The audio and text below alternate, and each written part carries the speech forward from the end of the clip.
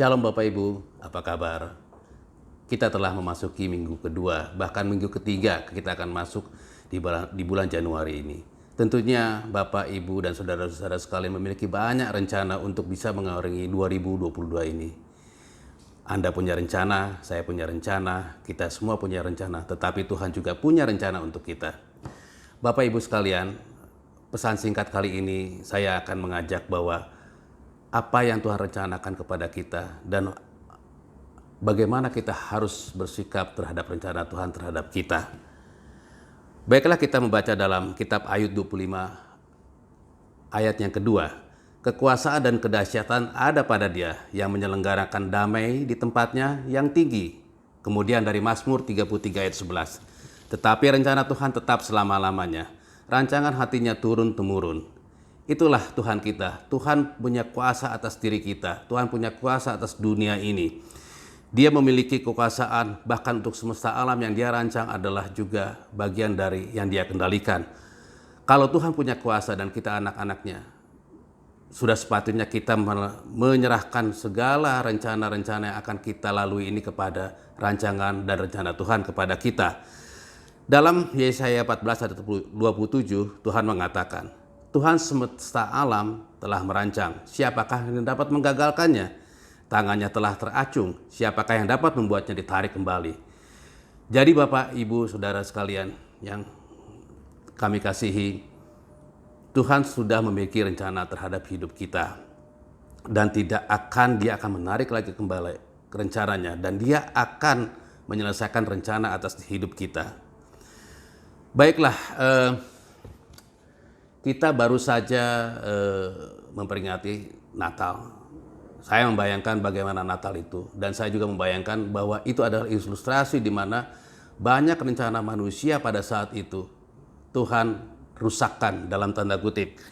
Contohnya Maria dan Yusuf, dia sudah merencanakan untuk bertunangan dan menikah. Tetapi Tuhan dengan mengutus malaikat Gabriel untuk mengatakan bahwa engkau akan mengandung. Dapatkah kita membayangkan rencana pertunangan itu menjadi rusak? Demikian juga Herodes. Bahkan gembala yang hanya ingin bersenang-senang, bernyanyi-nyanyi dan beristirahat pada malam itu. Tapi Tuhan juga punya rencana atas mereka dan Dia rusak itu. Sehingga Dia harus datang untuk menyembah anak yang baru lahir, yaitu Raja Dunia. Itulah Tuhan kita. Pada saat manusia merencanakan, tapi Dia sudah merencanakan juga apa yang terbaik bagi kita. Jemaat terkasih, ketika Tuhan merusak rencana kita, kita tentunya harus mengerti apa maksud Tuhan di balik rencana tersebut. Yang pertama, saya mencatat di sini adalah Tuhan mencoba mendapatkan perhatian kita. Kadang kita terlalu sibuk dengan apa yang kita kerjakan. Kita memiliki rencana-rencana yang harus kita laksanakan. Tetapi Tuhan yang sudah memiliki rencana kita abaikan. Padahal Tuhan mengatakan di Yakobus 4 ayat 14-15. Sedang kamu tidak tahu apa yang terjadi besok. Apakah artinya hidupmu? Hidupmu itu sama seperti uap yang sebentar saja kelihatan lalu lenyap. Sebenarnya kamu harus berkata, jika Tuhan menghendakinya, kami akan hidup dan berbuat ini dan itu. Itulah kita yang seharusnya bersikap. Jangan mengabaikan rencana Tuhan. Dan kita harus mendengarkan apa yang Dia rencanakan bagi kita. Dan yang kedua, Tuhan memiliki rencana yang lebih baik, pastinya. Ini ayat yang terkenal dari Yeremia 29 ayat 11. Dia merancangkan yang baik, yaitu sebab aku ini mengetahui rancangan-rancangan apa yang ada padaku mengenai kamu. Demikianlah firman Tuhan, yaitu rancangan damai sejahtera dan bukan rancangan kecelakaan. Untuk memberikan kepadamu hari depan yang penuh harapan. Itulah Tuhan. Dia merancangkan yang baik bagi kita. Dan juga yang kedua, Dia mengatakan dalam 1 Korintus 2 ayat 9. Tetapi seperti ada tertulis, apa yang tidak pernah dilihat oleh mata dan tidak pernah didengar oleh telinga, dan yang tidak pernah timbul di dalam hati manusia, semua disediakan Allah untuk mereka yang mengasihi Dia. Saudara, Bapak, dan Ibu, Tuhan akan memberikan dalam rancangan sesuatu yang tidak pernah terpikirkan oleh kita. Dan yang ketiga, ketika Tuhan merusak rencana kita, Tuhan mau kita percaya padanya. Jawab Yesus kepadanya, "Apa yang kuperbuat engkau tidak tahu sekarang, tetapi engkau akan mengertinya kelak." Itu terdapat dalam Yohanes 13 ayat 7. Saya bisa membayangkan bagaimana pada saat itu Yusuf ketika mendengar Maria berkata, "Yusuf, aku sedang mengandung anaknya Tuhan." Tidak pernah, kalau anak itu adalah anak yang dihasilkan oleh manusia, tentunya itu masih masuk dalam rencana atau logika manusia. Tetapi ini adalah di luar dari apa yang pernah dibayangkan. Maria mengandung anaknya Tuhan dan Yusuf harus percaya akan hal itu. Itulah mengapa kita harus menyerahkan diri kita dan mendengarkan dan selalu berdoa kepada Tuhan agar kita dapat mengerti rancangan Tuhan terhadap hidup kita. Dan kadang kita bertanya, mengapa Tuhan tidak menjelaskan semua rencananya kepada kita? Bapak, Ibu, dan Saudara terkasih, otak pikiran kita tidak cukup besar.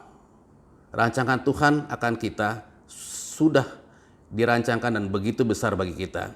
Dan kita tidak akan mengerti semuanya kalau Tuhan memberitahu kita semua rancangannya. Dan yang kedua, Tuhan ingin kita memiliki hanya iman kepada dirinya.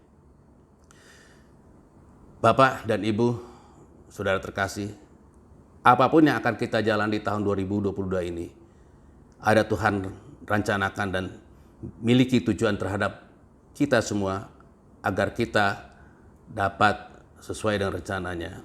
Dan jangan heran kalau Tuhan merubah rencana yang sudah kita rencanakan. Tidak ada yang dapat merusak kehidupan kita sebetulnya. Setan pun tidak. Yang merusak hidup kita adalah kita sendiri karena kita memiliki pilihan. Kita harus memiliki pilihan untuk mengikuti rancangan Tuhan atau rancangan kita. Dan ketahuilah saudara terkasih, bekerja sama dengan pencipta kita itu adalah hal yang paling rasional yang akan membuat dirimu akan lebih baik. Selamat mengarungi tahun 2022, kiranya Tuhan memberkati. Amin.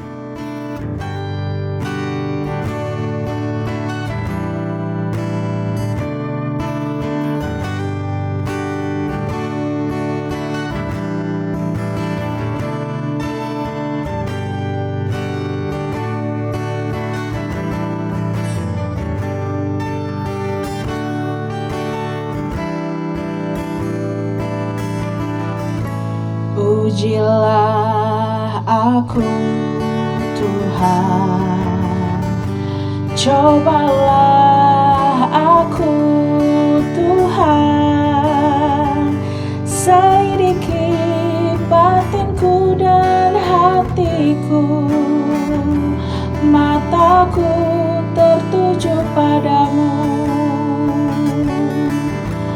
Aku cinta padamu Tuhan, aku rindu hadirat-Mu Tuhan, aku ingin selalu dekat padamu, menikmati kehadiran-Mu. Ku nyanyi Hosana bagi Rajaku yang duduk di tahta. Aku muliakan dan ku agungkan, Kau layak disembah. Ku nyanyi Hosana bagi Rajaku yang duduk